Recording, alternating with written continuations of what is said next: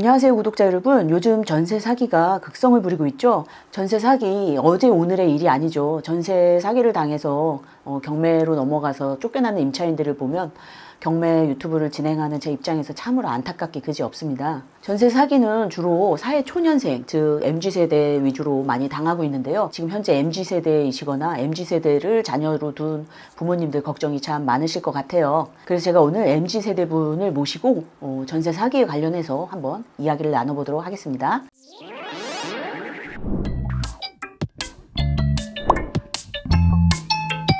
안녕하세요.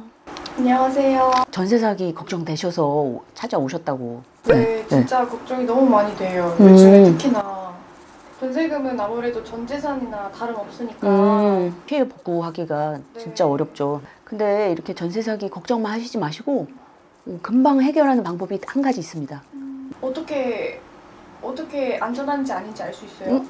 내가 지금 살고 있는 전세에 등기부 등본을 떼보시면 되거든요. 아, 등기부 등본이요? 네네네. 어디서 그럼 활동할 수 있어요?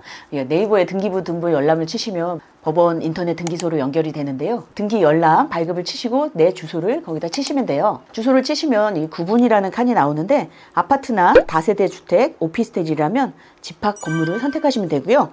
다가구 주택은 건물을 선택하시면 됩니다. 등기 기록 부분에 전부와 일부가 있는데 전부를 선택하시면 돼요. 뭐든 전부가 좋겠죠? 일부를 쳐도 돈은 똑같이 내니까 다 확인해 보세요. 아, 그럼 발급 뭐 비용이나 이런 거는 혹시 법원도 먹고 살아야겠죠? 네. 아, 열람하는 데는 700원이고요. 발급하는 데는 1,000원입니다.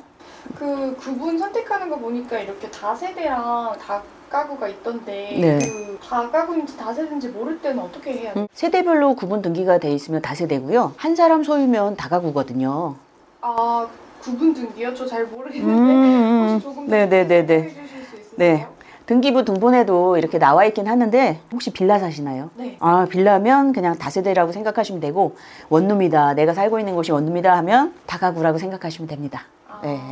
이걸 따지려면 너무 복잡해가지고 그냥 그렇게 정도만 알고 계시면 될 것 같아요. 네. 근데 왜 저희 세대가 전세 사기 피해를 많이 당하는 거예요? MZ세대가 왜 전세 사기를 많이 당하는지 많이 네. 궁금하실 텐데 일단 사회초년생들은 돈이 별로 없잖아요. 근데 우리가 보통 서울에서 집을 살려면 최소 뭐 10억 이상을 가져야 아파트를 살 수 있는데 아파트에 들어갈 돈은 안 되고 새 집이 좋으세요? 아니면 헌집이 좋으세요? 아, 당연히 새 집이 좋죠, 아무래도. 그쵸. 저도 새 집을 좋아합니다. 신축을 좋아하는데 근데 만약에 새 집으로 아파트를 사려고 해봐요. 어마어마하잖아요.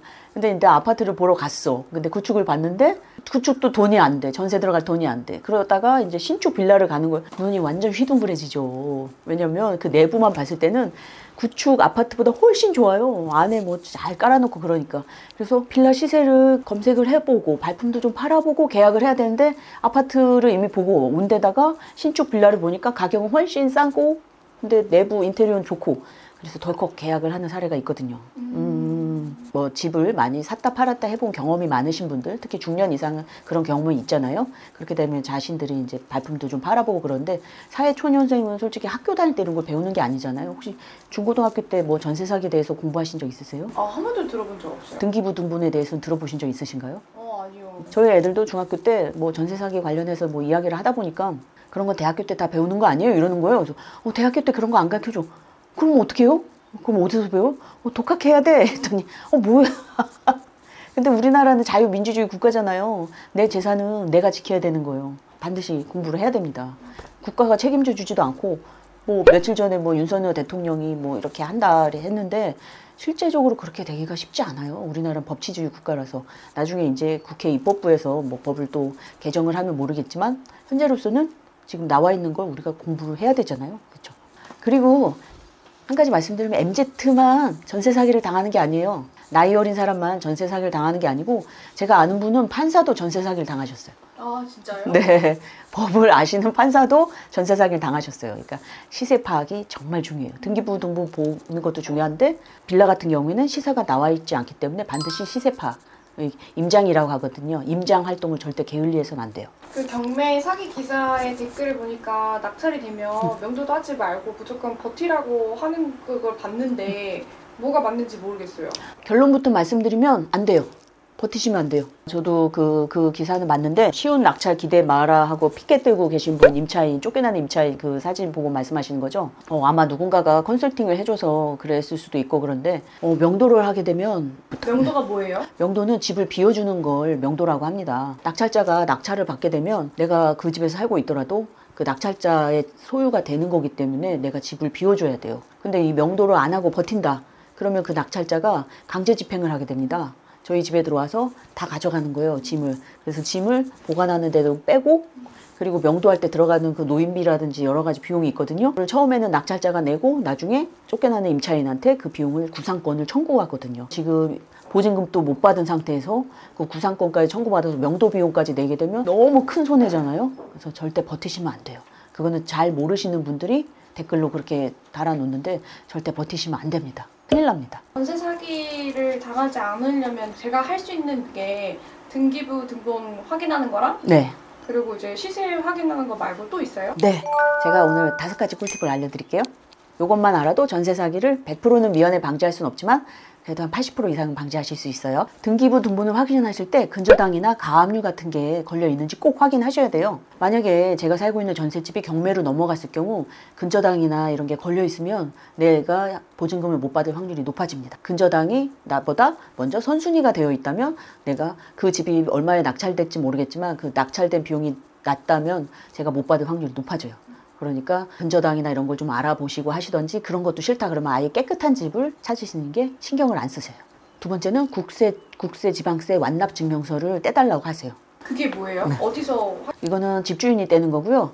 세금을 안 내도 공매로 넘어갑니다. 경매뿐만 아니라 공매도 위험하거든요. 어차피 집 뺏기는 건 똑같으니까 네, 반드시 집주인한테 떼달라고 하세요. 그리고 세 번째, 이사 당일에는 반드시 전입신고를 하시고 확정일자를 받으세요. 그래야 대항력이 생기거든요. 대항력이 생기면 뭐가 좋은 건데요?